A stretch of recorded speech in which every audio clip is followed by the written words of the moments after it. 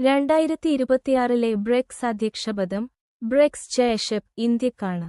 അതിന്റെ ഭാഗമായി 2026 August 22 BRICS യുവജന മന്ത്രിമാരുടെ യോഗം ബ്രിക്സ് യൂത്ത് മിനിസ്റ്റേഴ്സ് മീറ്റിംഗ് ആന്ധ്രാപ്രദേശിലെ വിശാഖപട്ടണത്ത് വച്ചാണ് വിജയകരമായി നടന്നത്.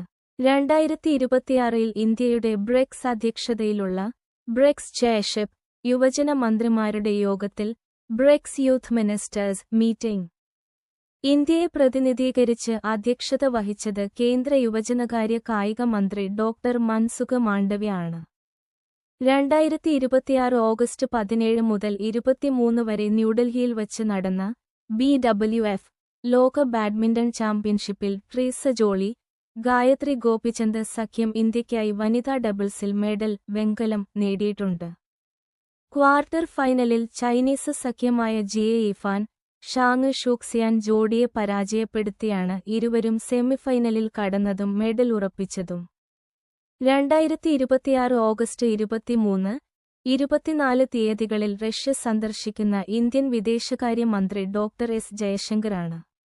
ഇന്ത്യ-റഷ്യ അന്തർസർക്കാർ കമ്മീഷന്റെ IRIGC ടെക് 27ാമത് സമ്മേളനത്തിൽ സഹ-അധ്യക്ഷത വഹിക്കുന്നതിനും റഷ്യൻ വിദേശകാര്യ മന്ത്രി സെർജി ലാവ്റോവുമായി ഉഭയകക്ഷി ചർച്ചകൾ നടത്തുന്നതിനുമാണ് അദ്ദേഹം റഷ്യ സന്ദർശിക്കുന്നത്.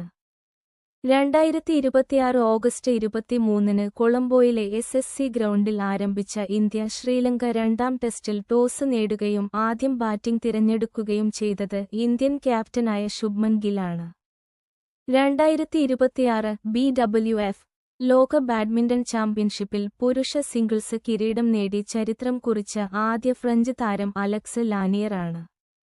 ഓഗസ്റ്റ് 23 ദേശീയ സുരക്ഷാ ഉപദേഷ്ടാവ് NSA Ajit Doval Chinese counterpart Wang യിയുമായി ഇന്ത്യ-ചൈന അതിർത്തി തർക്ക വിഷയം ചർച്ച ചെയ്യുന്നതിനായി 25ാമത് സ്പെഷ്യൽ റെപ്രസെന്റേറ്റീവ് മീറ്റിംഗിനായി ബീജിംഗിലേക്ക് യാത്ര തിരിച്ചു. ദേശീയ അധ്യാപക അവാർഡ് 2026 ഈ വർഷത്തെ ദേശീയ അധ്യാപക അവാർഡിനായി 48 അധ്യാപകരെ തിരഞ്ഞെടുത്തു. സെപ്റ്റംബർ 5 രാഷ്ട്രപതി അവാർഡുകൾ സമ്മാനിക്കും. ചരിത്രനേട്ടവുമായി സോഫി അഡനോട്ട് ബഹിരാകാശത്ത് നടന്ന ആദ്യ ഫ്രഞ്ച് വനിതയായി യൂറോപ്യൻ സ്പേസ് ഏജൻസിയുടെ ESA ബഹിരാകാശചാരി സോഫി അഡനോട്ട് മാറി.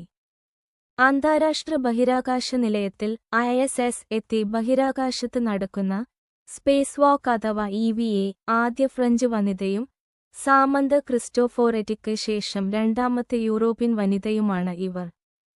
Thank you for watching.